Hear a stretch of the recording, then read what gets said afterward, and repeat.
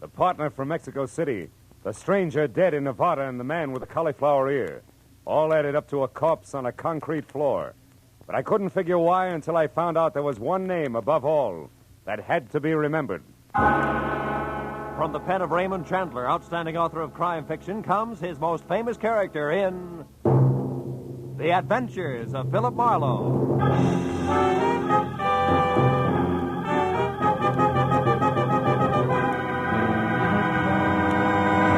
Now, with Gerald Moore, starred as Philip Marlowe, we bring you tonight's exciting story, The Name to Remember.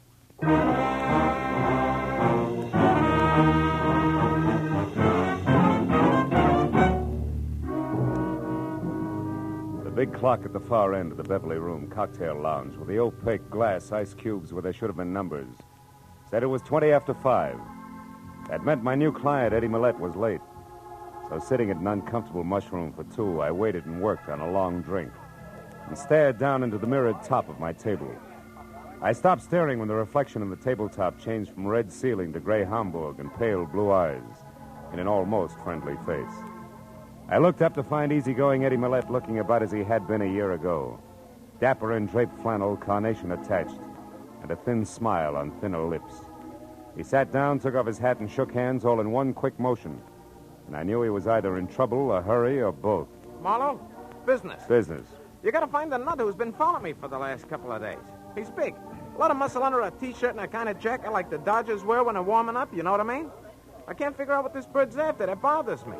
All the time he's like it. What? Hanging around. Oh. And if I go for him, he runs. So what I want you to do is, you get next to him and the answer to this tag. Here, 50, 70, 80, $100. Enough, Phil? Enough. You know, Eddie, the law might do this for you for free. Yeah, for John Doe, they might. But Eddie Millette's another story, Marlowe. You know what I mean? Today I got a respectable business, war surplus. But the cops, they only remember me as a guy who once did time for being careless with other people's dough. Yeah. Besides, I'm in a hurry.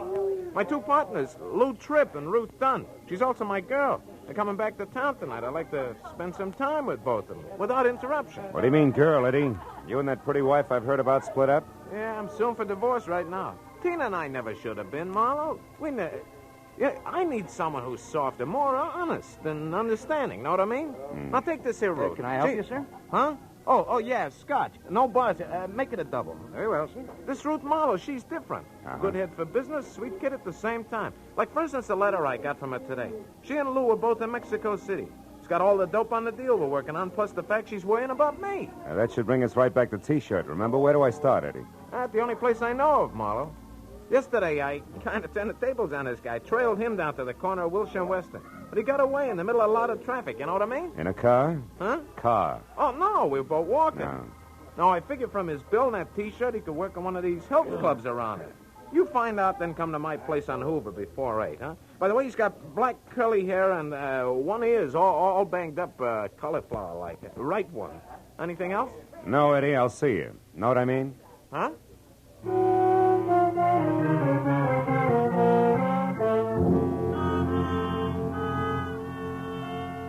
2 hours after I'd left Eddie Millette, I checked with a half a dozen hooray for health clubs in the neighborhood, smelled a lot of liniment, and came away with nothing more than distended nostrils. So at 7:30, I pointed my car toward 8400 North Hoover, in the hope that my client could give me something else to go on. The Millette home was well-groomed and sat sedately behind 50 rolling yards of carefully clipped hedge, and said the gardener must have gone to barber's college. So when I leaned against the front doorbell, I expected Eddie in at least a silk-lapelled smoking jacket with slippers to match. But when the door swung open, I got a surprise, because I was greeted instead by a lot of white T-shirt, and in front of that and coming straight for my head was a fist the size of a muskmelon. Oh! Okay, private detective hired by Eddie Millette in the Beverly Room. Get up. No. Don't so much as smile crooked or I'll twist your arm in two. What is it you want? Oh, one thing, a chance to bust you in the nose. What nerve. Yeah? Listen, stupid, if I had the time, I'd tie your arm into a square knot, then rip it off at the hinges and throw it away. But right now, I've got what I came for. I'm in a hurry, so you're real lucky. How about Eddie Millette, Muscles? How lucky is he? Very. He's inside, resting. Just like you're gonna be, mister.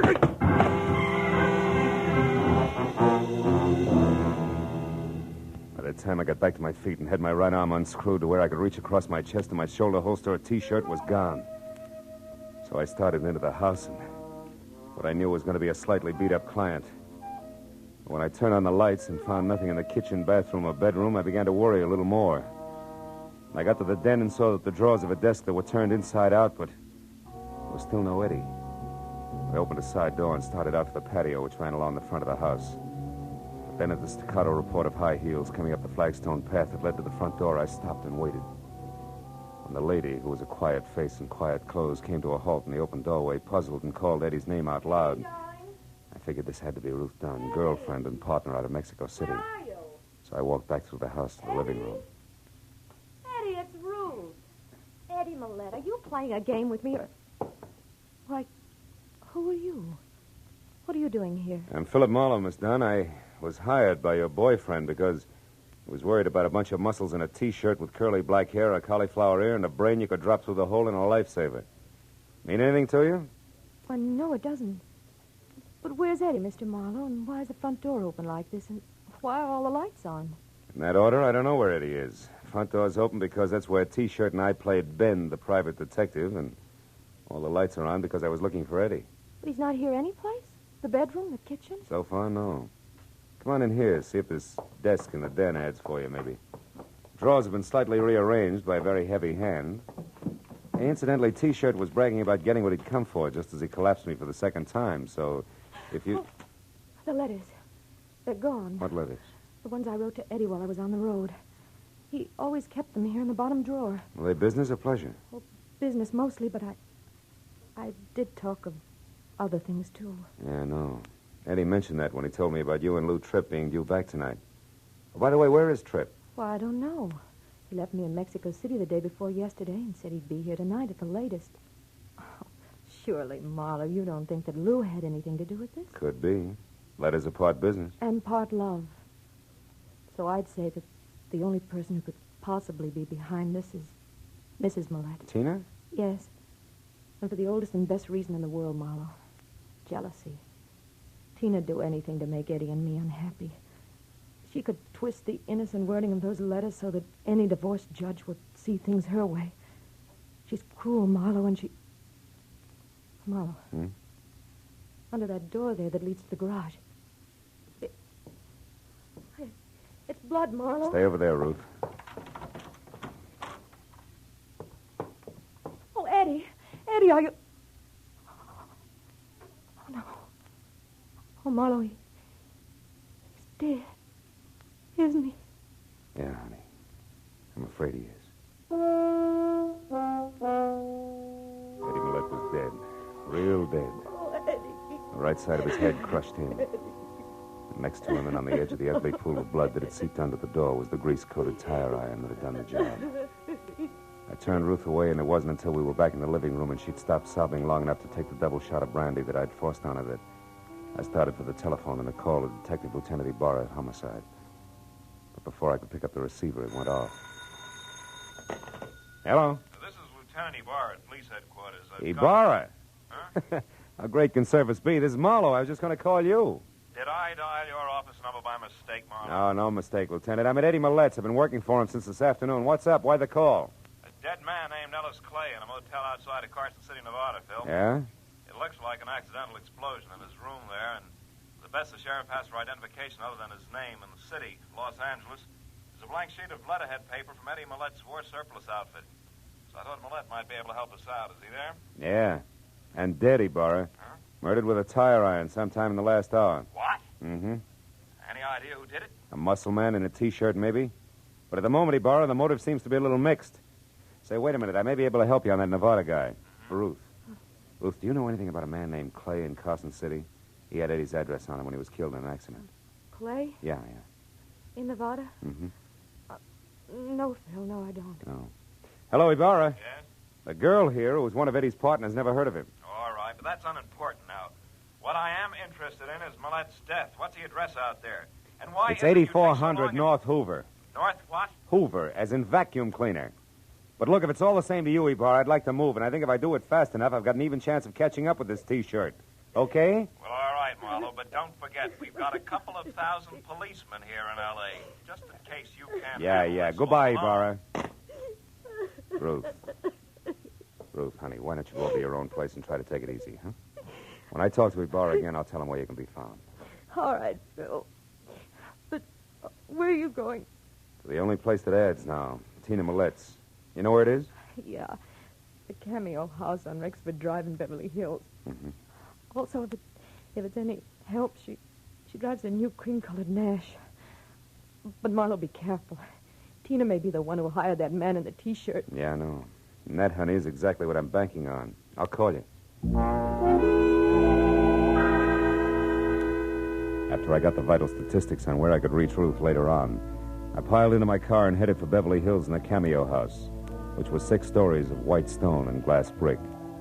Tina Millette managed to scrimp by with half of the top floor, and a couple of minutes later, when I got out of the all-mirror elevator, walked to her door, rang, and waited. I was wondering what kind of a reception I'd get. But when the door opened, I stopped wondering and started concentrating. You want something?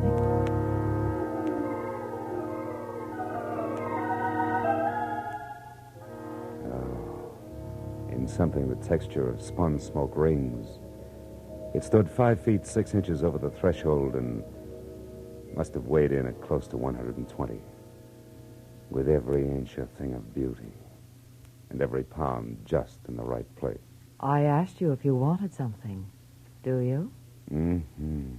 Yeah, the name's Philip Marlowe, Mrs. Millette. I'm a private detective your husband hired this afternoon. Why don't you let me in like a good little girl, huh? Because that's something I'm not. Now get out of here before I call the police. Well, probably on their way up here right now. Oh? Your husband's dead, Mrs. Millette. He was murdered. Eddie murdered? Yeah. Now, do you still mind if I come in? No, of course not. I don't know what to say. Oh, that's a trite line. What was that? I said you're acting and doing a bum job of it. Why, I ought to slap your face. Or call your boy with the muscles and have him go back to work on my arm for a while? What are you talking about? The lad in the white T-shirt who killed Eddie and then stole a bunch of letters that were going to help you lie your way through a countersuit for divorce. Would leave Eddie both broke and embarrassed. You don't make sense, bright boy. No? First of all, I don't know who you're talking about. And second, if I were going to file such a countersuit, why would I want my husband killed first? Maybe you didn't. We all make mistakes, Mrs. Millette. Which is only one man's opinion. So why don't I just pick up my coat here and let the perfect gentleman escort me to the nearest police station? All right, it's a date. I see you bowled quite a bit, Tina. Good enough to win that cup there from the Maplewood Alleys on Wilshire near Weston. Eddie figured a health club, and I went right along. Never thought about the bowling alley near there, and Yes, Marlowe? You were saying something? Yes, I was, but the little gun in your hand made me lose my place. Marlowe, I don't believe that Eddie's dead. Nor do I believe that you work for him at all. For my money, you're just a not-so-smart boy who was hired by that hussy Ruth Dunn. She's going to need an army of private detectives before I get through, and I mean that. Now back up through those doors and get out onto the fire escape. While you do what? Well, I find out exactly what's going on. I'll get out there. It's 6 long floors to the ground, Marlowe. And I hope with the first step you take that you trip, fall all the way, and break your neck. Goodbye, private detective.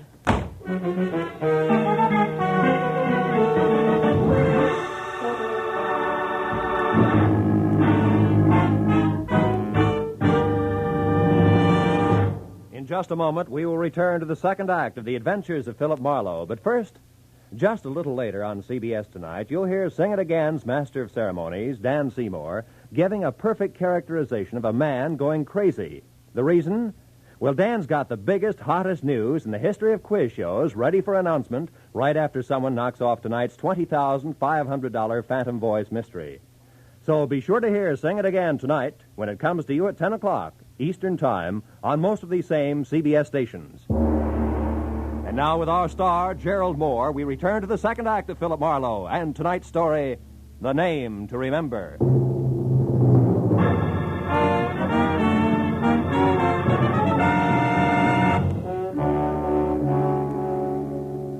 When Tina Millette prodded me out onto the fire escape through a pair of French doors, slammed them shut, and snapped the lock, there was a cold look in her smoky eyes and an unwavering potential about the snub-nosed gun clenched in her hand and pointed straight at my belt buckle that melted all the gambler out of me fast.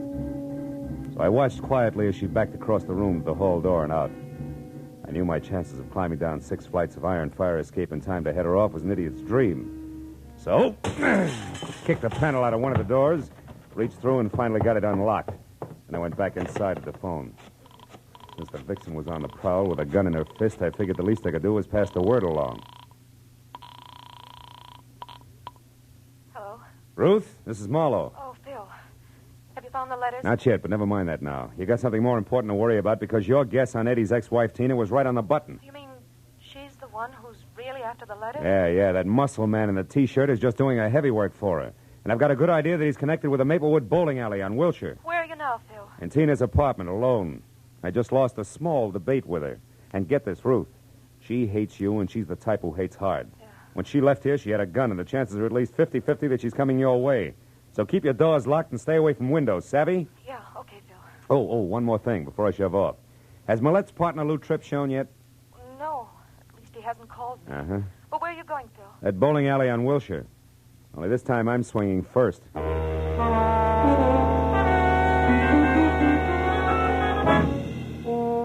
Maplewood was a small and dusky combination 6-lane bowling alley restaurant, bar, and magazine stand, and cigar store, all slightly down at the heel and more than hungry for business. Only 2 alleys were in use, and a lanky postgraduate delinquent with a mouthful of gum and a complexion one tone greener than his eyeshade was the only houseman in sight. He looked up and watched me as I moved over to the bulletin board where a bank of photographs were tacked up, picturing the champions of the local league. Sure enough, there in the top row and holding a bowling ball that had more expression than his face was the pile of muscles in a T-shirt, which the caption tagged as one Sid Sawyer.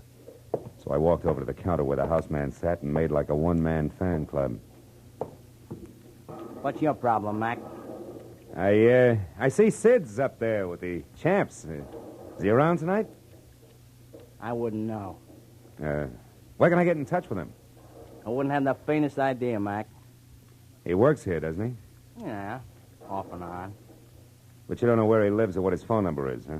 Well, you're just beginning to get the idea.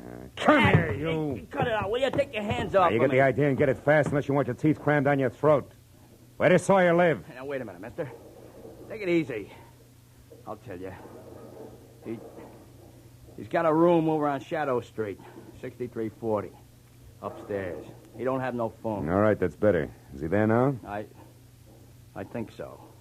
But, gee, I don't know why everybody is so interested in Sid Sawyer all of a sudden. Who else is interested? Some babe called a couple of minutes ago. An old friend, she said.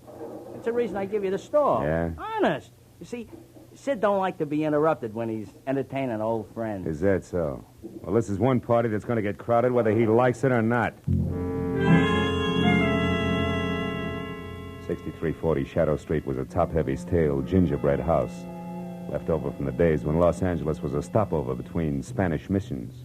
I got out of my car and started across the street toward the door when I saw Tina Millette's cream-colored sedan sticking out through a tangle of overgrown brush in the driveway, which meant I was still in time for the big reunion. So I went inside and up the steps to Sawyer's door. There was a light on and movement, but no voices. I slipped my gun out of its holster, knocked lightly, and stepped back. The knob turned slowly, and the door cracked open. I kicked hard. Yeah, don't move, Muscles. I'm returning your visit. Where's Tina? Who's Tina? Look, her car's outside in the driveway. She's here after the letters, isn't she? What letters? You're nuts. I don't know what you're talking about. And these suitcases, you wouldn't be skipping town, would you? Listen, Shamus, you're barking up the wrong tree. I don't know anything, get me? Yeah? Okay, Sawyer, if you insist, we'll do it the hard way. That squares us for that arm-twisting job you gave me. Now we'll start all over again even. Get up. Come on. Quit hitting me with that gun. I don't enjoy doing it, so the faster you talk, the sooner I'll stop. Where's Tina? I don't know what you do. Now make it straight. I haven't got all night. All right. No more. That's better. She came and picked up the letters, and she left again. 5 minutes before you got here. 5 minutes, you're lying. Take a look out that window and tell me why your car's still outside. I don't know what it... Where? I don't see it. In the driveway next door. Holy smoke, it's gone. All right, Sawyer, that means I can spare 30 seconds for the rest of the story, so make it fast. She told you little Eddie Millette is dead. That's why you're blowing town, isn't it? No. Now, wait a minute, Marlowe. I never killed him. I just knocked him down. Sure, on a concrete floor with a tire iron. No, Skip it. Those letters you got were written by Ruth Dunn. Was Tina heading for Ruth when she left here? I don't know. Come on, Sawyer. I'm running out of time. Won't do you any good to try to protect Tina now. Oh, no. We'll see about that, Marlowe. Why, you... I hope Tina was worth a broken jaw. Good night, muscles. I took a close look at Sawyer to be sure he was down for the long count. Then I stepped out the door and into a whispering circle of wide-eyed neighbors who had heard the fight and had already called the police. I flashed my identification, issued a battle order to the three huskiest ones, and then ran down the stairs to my car. I made it from Shadow Street to Ruth's bungalow on Normandy in something under 5 minutes, but still not fast enough. Because when I ground to a stop in front of the place, I saw that same cream-colored sedan already there, close to a side door. I belted up the walk and was halfway to the house when I heard it. It made me sick. Went up to a front window where the only light was burning and looked in. The room had been torn up, and in the middle of it all, face down on the tangled carpet, was Tina Millette. And it was Ruth who was slumped in a chair, her face buried in her arms and sobbing hysterically. And still dangling from her hand was Tina's snub-nosed revolver. She looked up as I walked in. Oh, Phil.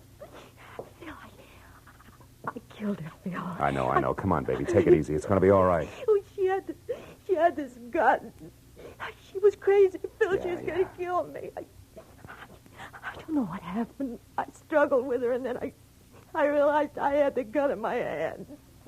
I shot her. I didn't even think. I just pulled the trigger on her. Is she dead, Phil? Yeah. Come on, Ruth. Leave it alone. It's over now. Now try to get hold of yourself. She brought the letters back. They're on the desk. She said that they didn't matter anymore, that she was mixed up in Eddie's murder and there was nothing left for her but to run. She said she took the gun out of her purse and said I'd ruined her whole life and that she was going to be sure I got what was coming to me before she left. That's when it happened, Phil. I was so scared I went out of my head, I guess. Yeah, we better call Ibarra, honey. I think we can explain it all now, except one thing. Ruth, do you remember that guy Ibarra called us about? The one who was killed in Nevada? Ellis Clay? Yeah, that's it. Clay. I've had the feeling all night that some way his death is tied up with all this. It's only a hunch, but something seems to be missing. What is it, Phil? What's missing? I don't know yet. Look, honey, I want to take a look at these letters. You go call the police, will you? It was a long shot, but while Ruth went down the hall to phone the police, I flipped through the bundle of envelopes that had caused all the trouble. And the long shot began to pay off. I could hear Ruth talking to a desk sergeant as I picked up Tina's revolver. I broke it open. But then a pair of headlights and a red spot of a police car flashed in the driveway, and I knew that Ibarra had figured out a few things for himself. I put the gun down on the table again, told Ruth to forget her call, and when the lieutenant came in, Ruth and I together explained everything that had happened right up to Tina Millette's body on the floor. Well, it's quite a mess, isn't it? Anyway, this part of it looks like a clear case of self-defense. Right, Marlowe? Exactly right, Ibarra. It looks like self-defense, only there's something missing. Something missing? What do you mean, Marlowe? At least 3 letters from that packet there. I think they're the last ones you wrote to Eddie, Ruth. They're gone.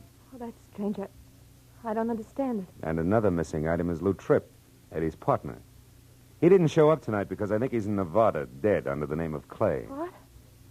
Marlowe, you mean that Lou and that Clay were really the same man? Mm-hmm. Look, what are you getting at with all this theory, Marlowe? You'll see, Ibarra.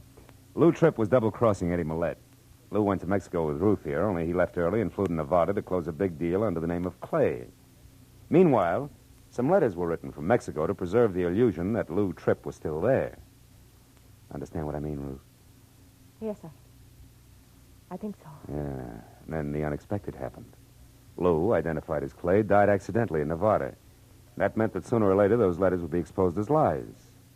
Right, Ruth? Marlowe, that gun on the table, watch it. Too late, Lieutenant. Now, don't move. Either one of you. You haven't got a chance, baby. Stay back. Please, Phil, I don't want to kill you, but I will if you come one step closer. Stay back, Marlowe. She means it. Look, baby, you licked. Marlowe. It was a good try, but you lost. Stay back. Why not go out like a lady? Oh, what difference does it make now?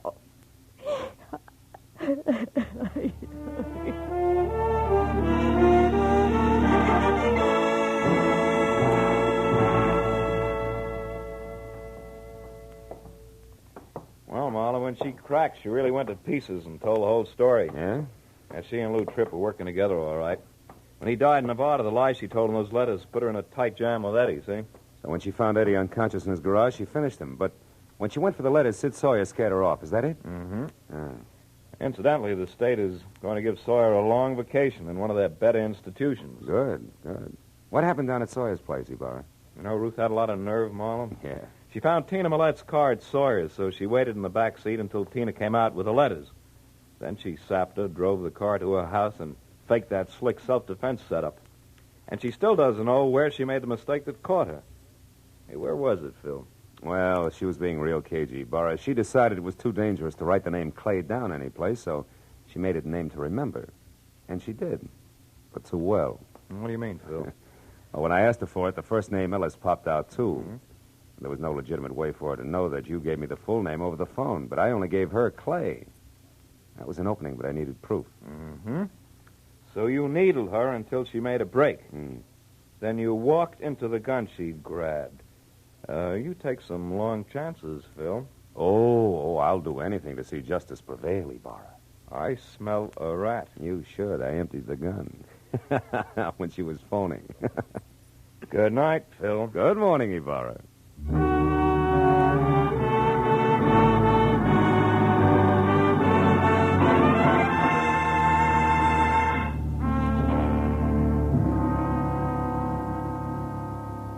When I left police headquarters and walked to my car, first gray streaks of a new day were breaking in the east. Should have given me a lift, but it didn't. And now it was time for me to go home and go to bed, but instead I sat in my car with the door open and smoked a cigarette while I watched the dawn come up. I couldn't help thinking what an odd trick nature plays on us. Some of her most beautiful creatures are her most deadly. For instance, Ruth. How soft and sweet and lovely she was. And how hard she could swing a tire iron.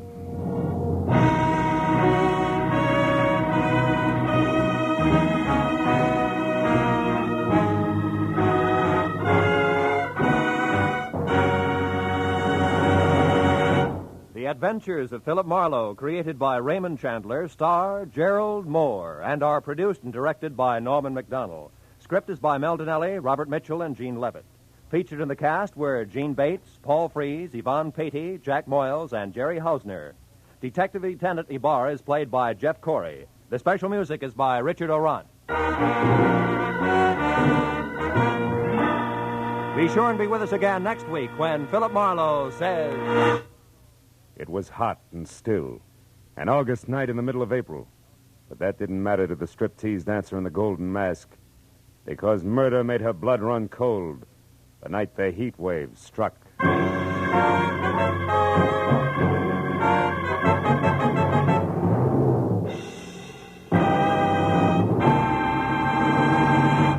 There'll be more dramatic excitement of the chase tomorrow on CBS's two Sunday shows, Broadway is My Beat and The Adventures of Sam Spade.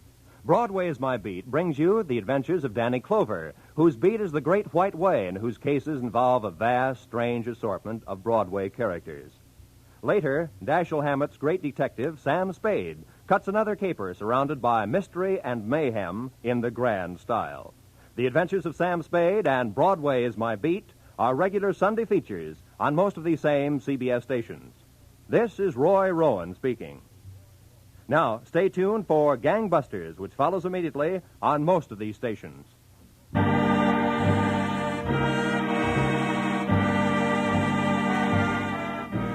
This is CBS, the Columbia Broadcasting System.